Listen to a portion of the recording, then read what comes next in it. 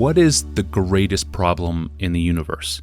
And what is the greatest problem in my heart? And what is the solution to these problems?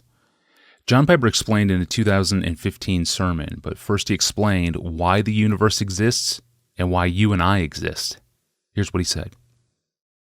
And so the meaning of human life, the meaning of existence, the meaning of the universe is at its core all things to be used to show how magnificent God is.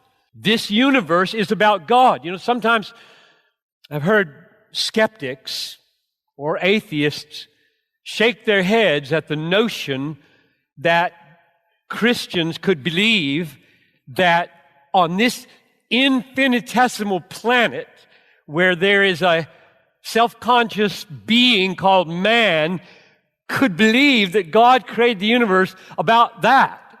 Because as far as we know, it's just so vast and empty. And I say, you got it totally upside down. It's not about that. That is to show this little infinitesimal people something little about God. The universe is to display God to that little planet. It's not about that little planet. It's about God. And the universe is God's best effort to say, that's how big I am. That's how strong I am. That's how glorious and magnificent. The galaxies are all about God, not man. There's nothing unusual about it at all. The disproportion between the universe in all of its vast glory and infinitesimal little man is perfectly rational if you're God-centered.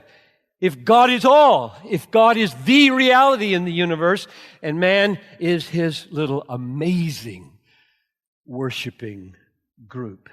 So, we've learned that that's why we exist, and therefore money, sex, and power are in the world for us to use in order to make God look great. And then we discovered another foundational reality, namely that we have all exchanged the glory of God. Everywhere we've looked, we have seen it, we have known it in some deep sense, and we've suppressed it, and we have preferred other things to God.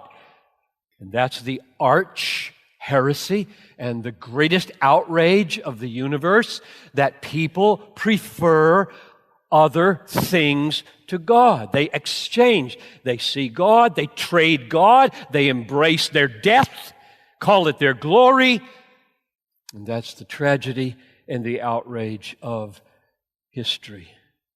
The image we used at the end of the last hour was that all of the parts of our lives, and sex, money, and power are three of them, you could add many more like family or work, are like planets in a solar system, and they are designed to be held by the massive beauty and blazing gravitational pull of a sovereign and all-satisfying God at the center of our lives.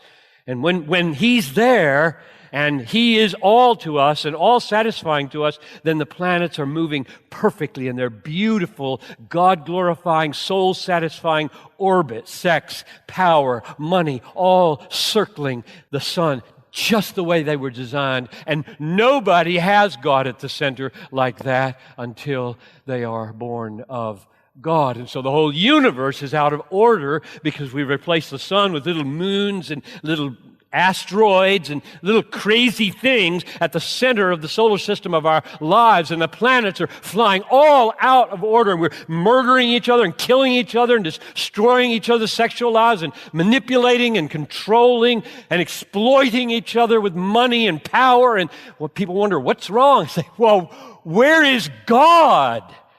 Well, that doesn't have anything to do with it. It has everything to do with it. He is everything. And if you treat Him like He's nothing, don't expect anything to work, because He didn't make it that way. He made the universe and our souls for Him to be at the blazing center. Amen. This is a little window into everything we do at Desiring God, by the way. This message excerpt was taken from a message given last summer in a series titled Living in the Light with Money, Sex, and Power, a 4-part series, 3 messages, a Q&A. and all available at desiringgod.org. The messages were edited, expanded, and became the new book, Living in the Light, Money, Sex, and Power. A nice little hardcover available now on Amazon and downloadable free of charge at desiringgod.org/books.